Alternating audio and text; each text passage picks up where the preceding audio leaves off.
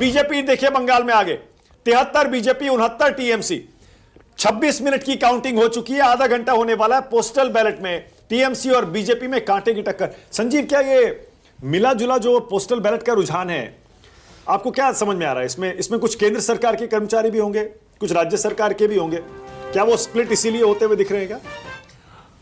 अब देखिए, postal ballot से कोई भी ओपिनियन ना निकालिए मानक, क्योंकि इस तरह का जो एक ट्रेंड आ रहा है, ये दरअसल ओवरऑल जो ट्रेंड इस बार एग्जिट पोल्स का है उसी हिसाब से दिखाई पड़ रहा है कि कहीं ना कहीं किसी को बहुत ज़्यादा मैसिव लीड मिल रहा हो, या टीएमसी को या बीजेपी को, ऐसा लगता नहीं है। अभी ये बहुत ही एक कह सकते हैं कि प्राइमरी ट्रेंड्स हैं जिनके ऊपर कोई हम बेस नहीं कर सकते हैं। तो मैं आपसे दूसरा सवाल पूछता हूं, ये बताइए सबसे ज्यादा इंतजार आपको कौन सी सीट के नतीजे का है या रुझान का है? जाहिर है मुझे भवानीपुर के बारे में जानना है, और भवानीपुर के बारे में इसीलिए जानना है क्योंकि अगर 48,000 वोट्स वहाँ से डिलीट हुए हैं, कटे हैं, तो फिर 58,000 से जीत का मतलब क्या है? क्या वो जीत जो है उसमें ज़्यादातर वोट अगर बताया जा रहा है कि टीएमसी समर्थकों के कटे हैं, तो क्या वहाँ पर ज़रा क्रूशियल हो गया है फैक्टर?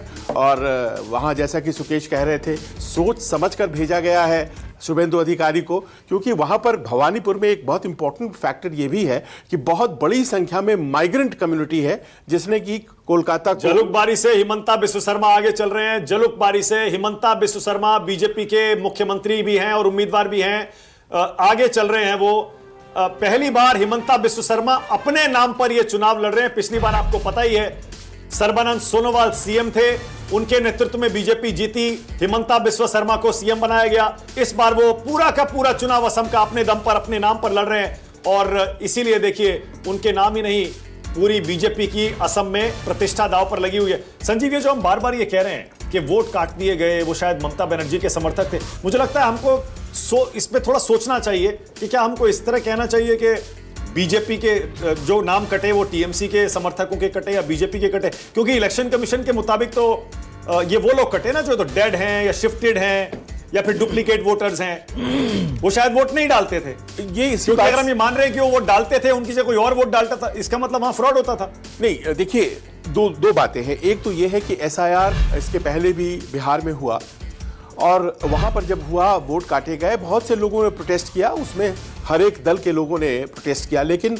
बंगाल में बड़ा यूनिक मामला है क्योंकि यहाँ पर लॉजिकल डिस्क्रिपेंसी नाम का एक फैक्टर भी आया, और ये फैक्टर लॉजिकल डिस्क्रिपेंसी वाले वोट के, हाँ, ये फैक्टर नहीं था पहले बिहार में जब हुआ, या दूसरी जगहों पर जो भी एविडेंस किया जा रहा है।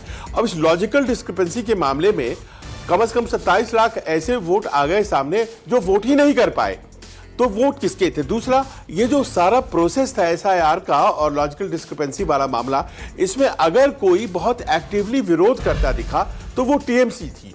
भारतीय जनता पार्टी जो बहुत प्रमुख प्लेयर है वहां पर टीएमसी के अलावा, और बाकी दूसरे दल उस तरह से प्रोटेस्ट कर ही नहीं रहे थे। तो लोगों के अंदर ये परसेप्शन है कि ज्यादातर वोट जो कटे हैं वो इसीलिए टीएमसी प्रोटेस्ट कर रहे हैं क्योंकि उनके कटे। ऑलराइट, न्यूज 24 पर 5 राज्यों के विधानसभा चुनाव में मतगणना की अपडेट आपकी स्क्रीन पर। पश्चिम बंगाल में टीएमसी 174 में से 91 सीटों पर लीड लेकर रुझानों में आगे चल रही है। बीजेपी भी लेकिन देखिए कड़ी टक्कर दे रही है फिलहाल अर्ली ट्रेंड्स में 84 सीटों के साथ।